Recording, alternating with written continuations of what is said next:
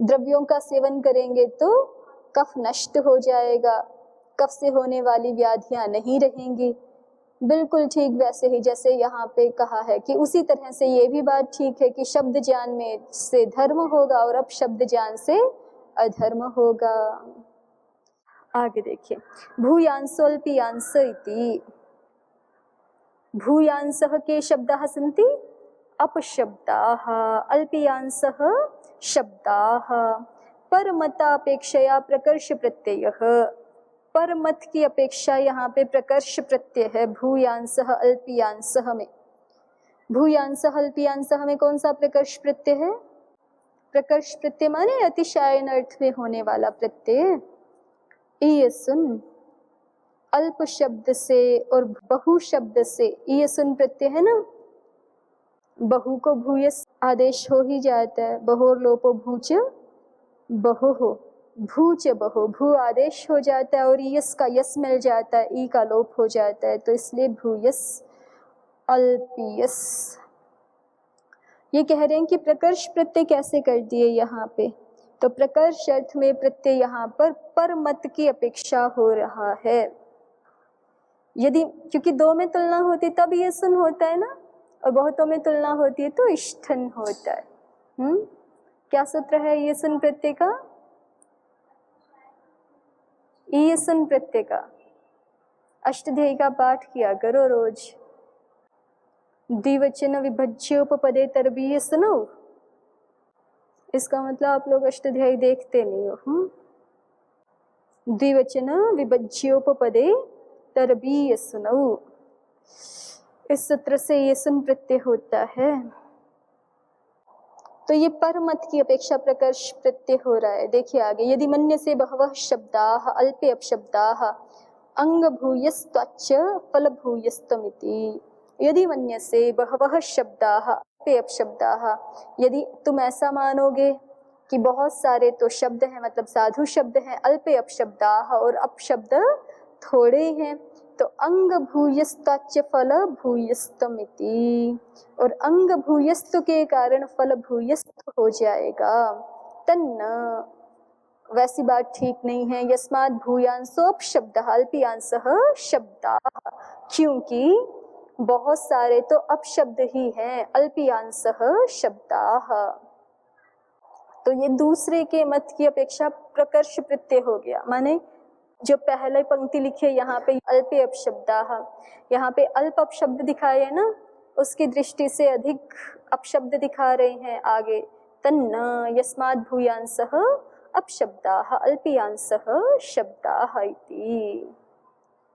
तो प्रकर्ष अर्थ में प्रत्यय हो रहा है दूसरे मत की अपेक्षा से। ये बात ध्यान में आ गई आपको? ये सुन प्रत्यय का प्रयोग कैसे होता है? जब दो में तुलना करते हैं तब जिस गुण का हम अतिशायन दिखाना चाहते हैं, अधिकता प्रकर्ष दिखाना चाहते हैं, उसमें ये सुन प्रत्यय का प्रयोग होता है ना। जैसे कि दो इमौ आढ्यौ अयमनयोर अतिशयेन आढ्येति आढ्यतरः सुकुमारतरः पचतितराम जलपतितराम। ये सुन का उदाहरण, द्वाविमौ पटु, दोनों पटु होने चाहिए। अयमनयोर अतिशयेन पटुः इति पटीयान। द्वाविमौ लघु, अयमनयोर अतिशयेन लघुः इति लघीयान। ऐसे प्रयोग होते हैं। तो ऐसे ही आपको यहाँ पे भी देखना है। अब भूयांसः अपशब्दाः,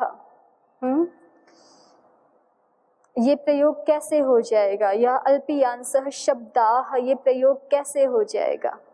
ठीक है, तो इसके लिए दो मत होने चाहिए कम से कम। जैसे यहाँ दिखा रहे हैं अयमपि पटुः अयमपि पटुः, द्वाविमौ पटुः कह दिया इन्होंने, या हम ऐसा कहें कि अयमपि पटुः अयमपि पटुः अयमनयोः अतिशयेन पटुः इति पटीयान। ऐसे ही तो निर्धारण होता है ना। तो यहाँ पे आप कह रहे हो अल्पीयांसः शब्दाः या भूयांसः अपशब्दाः, तो कैसे प्रयोग कर सकते हो? तो कह रहे हैं कि भूयांसः अपशब्दाः कह रहे हो तो कम से कम दो अपशब्द वो होने चाहिए। तो दो दो कैसे बनाएंगे? तो दो मतों की दृष्टि से, कि एक व्यक्ति ऐसा मान रहा है क्या, इमेपि अपशब्दः इमेपि अपशब्दः, एक शब्दों की ये राशि है, एक शब्दों की ये राशि है, इमेपि अपशब्दाः इमेपि अपशब्दाः।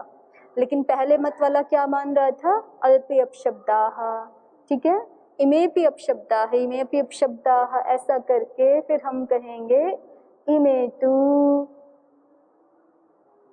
अतिशयेन अपशब्दाः। ये वैसे संख्या की दृष्टि से आधिक्य है, यहाँ गुणों की दृष्टि से तो आधिक्य हो नहीं सकता कि ये ज्यादा अपभ्रंश है, ये ज्यादा अपशब्द हैं, ये पहले वाले तो थोड़े अशुद्ध हैं, ये ज्यादा अशुद्ध हैं, ऐसा यहाँ गुण की दृष्टि से नहीं कर रहे हैं ना, यहाँ तो परमत की दृष्टि से, एक तरह से संख्या की दृष्टि से प्रकर्ष प्रत्यय कर रहे हैं।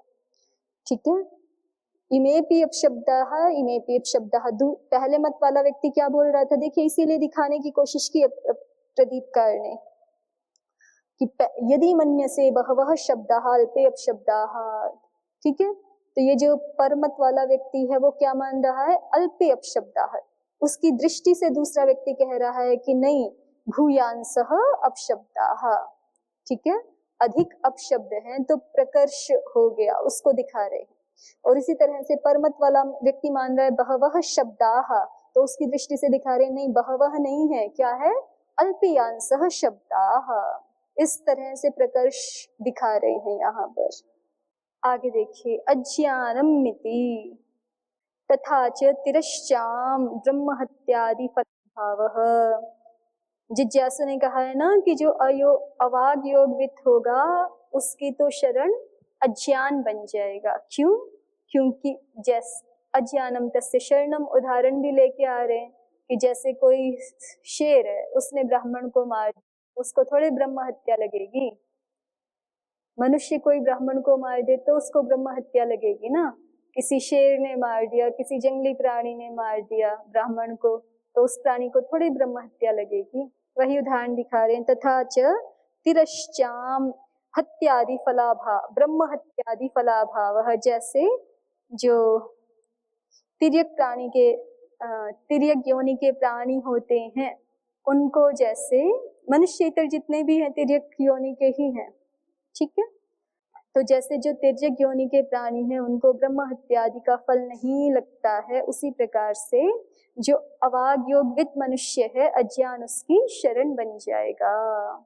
ठीक, आगे उद्योग देखिए, एकः पुरुपरयोः इत्यत्र भाष्य पठित एकः शब्दः इत्यादि श्रुति मूलकम माह भाष्ये यस्तु इति।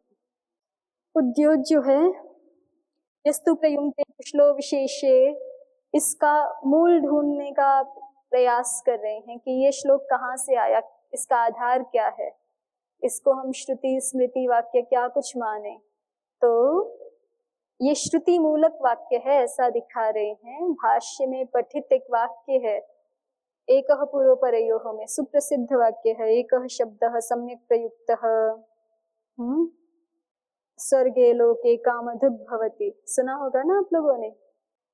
एकः शब्दः सम्यक् जातः सुप्रयुक्तः स्वर्गे लोके कामधुग् भवति, कि एक भी शब्द यदि वो ठीक प्रकार से जाना गया है, ठीक प्रकार से प्रयुक्त किया गया है, तो वो स्वर्ग लोक में समस्त कामनाओं को पूर्ण करने वाला होता है।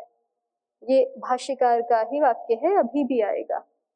तो एकः पूर्वपरयोः इत्यत्र भाष्य पठितः एकः शब्दः इत्यादि श्रुति मूलकम माह। एकः पूर्वपरयोः पे जो एकः शब्दः आदि श्रुति पढ़ी हुई है, उस श्रुति मूलक ही ये श्लोक है, यस्तु प्रयुक्ते कुशलो विशेषे। ठीक है, उसी के आधार पे बोला हुआ है, ऐसा उद्योगकार दिखा रहे हैं। भाष्य में देखिए, यस्तु इति अभ्युदय हेतुत्वम अदृष्ट द्वारा पुरुषार्थ साधनत्वम। ये अभ्युदय का हेतु है, इसका मतलब क्या है? अदृष्ट द्वारा पुरुषार्थ साधन, अदृष्ट के द्वारा ये हमारे पुरुषार्थ को सिद्ध करता है। ठीक है, एक अदृष्ट विशेष का निर्माण करता है।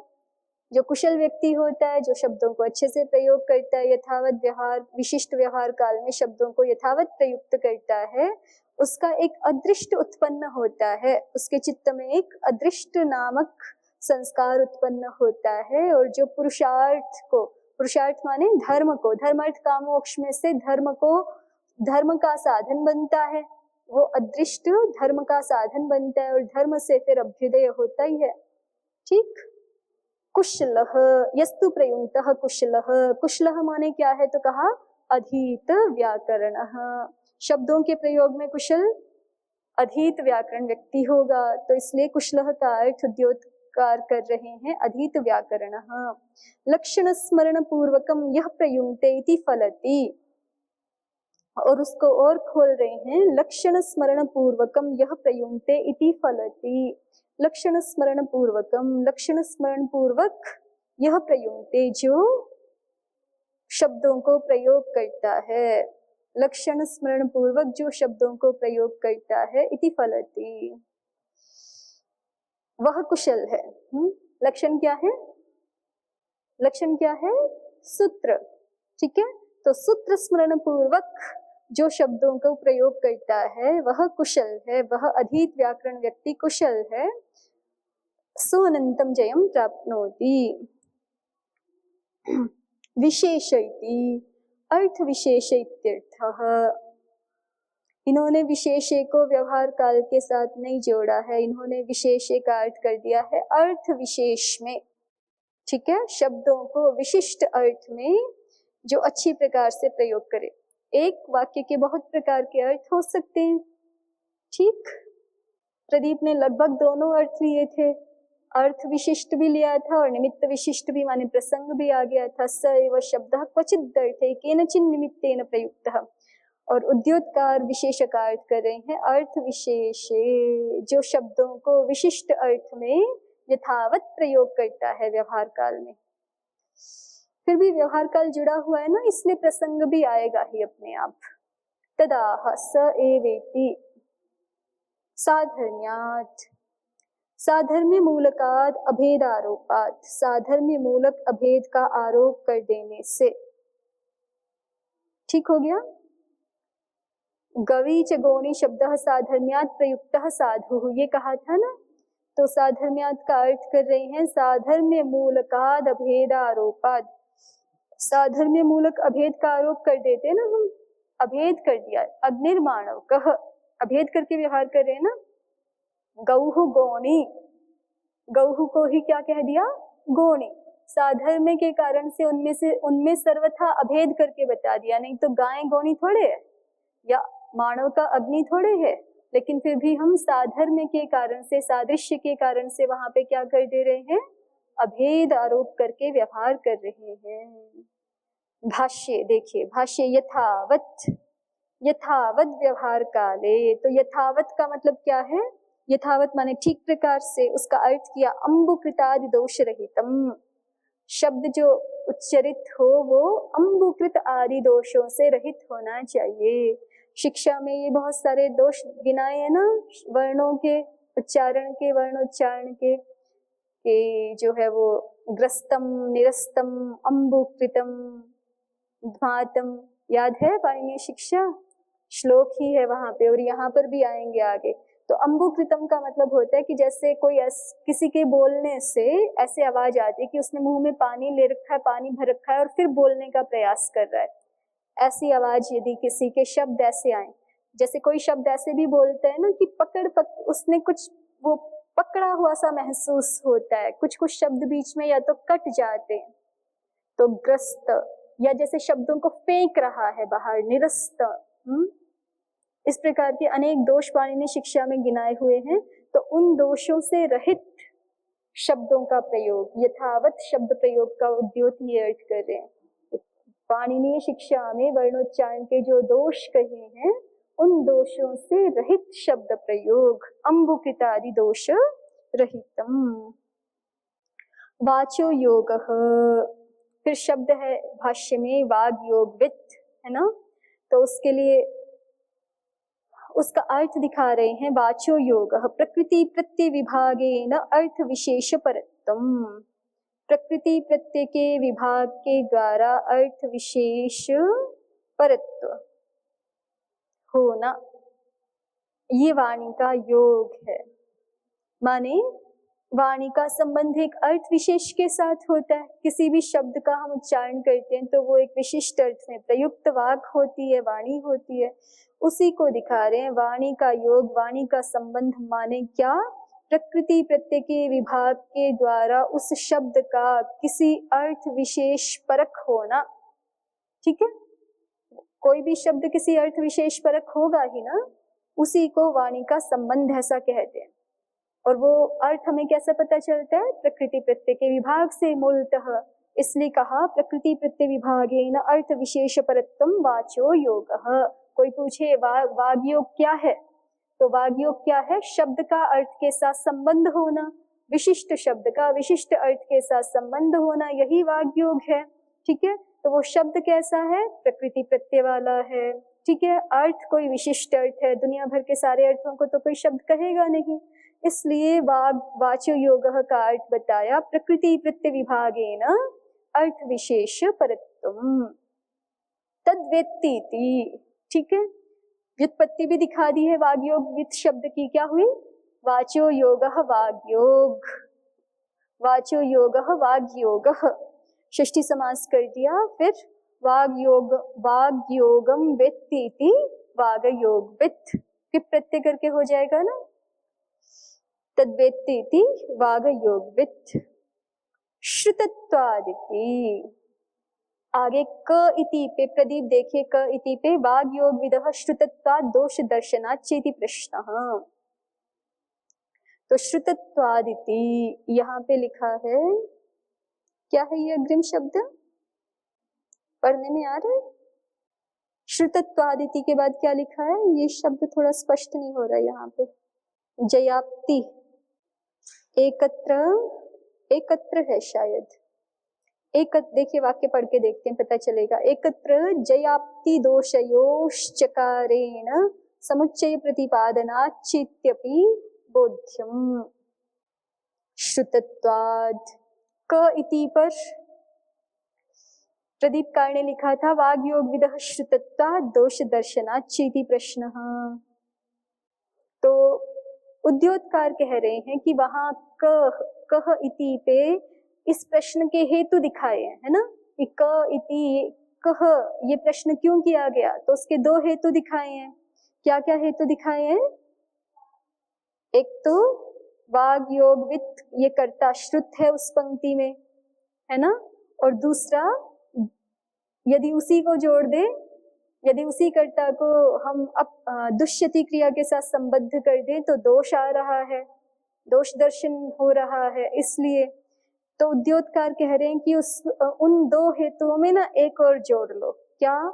एकत्र जयाप्ति दोषयोश्चकारेण समुच्चय प्रतिपादनाच्चेति, कि एक ही श्लोक में, एक ही पंक्ति में, एकत्र एक ही प्रसंग में जयाप्ति भी कही जा रही है और दोष भी कहा जा रहा है। ये भी तो विपरीत बात हो गई ना। वाग योग वित्त की ही तो आप जयाप्ति बता रहे हो कि उसको जय की प्राप्ति हो जाएगी, और उसी को दोष लगना भी बता रहे हो, तो ये भी तो आपस में कॉन्ट्राडिक्टरी हो गया ना, ये विरोधाभासी हो गया। तो इन दोनों का जो जयाप्ति का और दोष का चकार के द्वारा समुच्चय प्रतिपादन किया जा रहा है श्लोककार के द्वारा, उस कारण से भी जिज्ञासु को स्पष्ट नहीं हो रहा कि दुष्यति चाप शब्द ही किसके लिए कहा जा रहा है, इसलिए पूछ रहे हैं क इति। ठीक है, तो ये एक और हेतु जुड़वा दिया है उद्योतकार ने, एकत्र जयाप्ति दोषयो, क्योंकि दोनों विरोधी चीजें एक साथ नहीं होनी चाहिए ना, या तो वाग योग वित्त को जयाप्ति ही होनी चाहिए या वाग योग वित्त को दोष ही लगना चाहिए। आप तो दोनों का चकार से समुच्चय कर दे रहे हो। दुष्यति चाप शब्द ही च के द्वारा जयाप्ति का भी और दूषण का भी आप जो है वो समुच्चय कर रहे हो, इसलिए पता नहीं चल रहा है क इति, इसलिए प्रश्न है कह इति। आगे देखिए, दोष दर्शनादिति शास्त्रस्य अधर्म हेतुत्वम दोष इत्यर्थः। शास्त्र दोष दर्शन क्या है?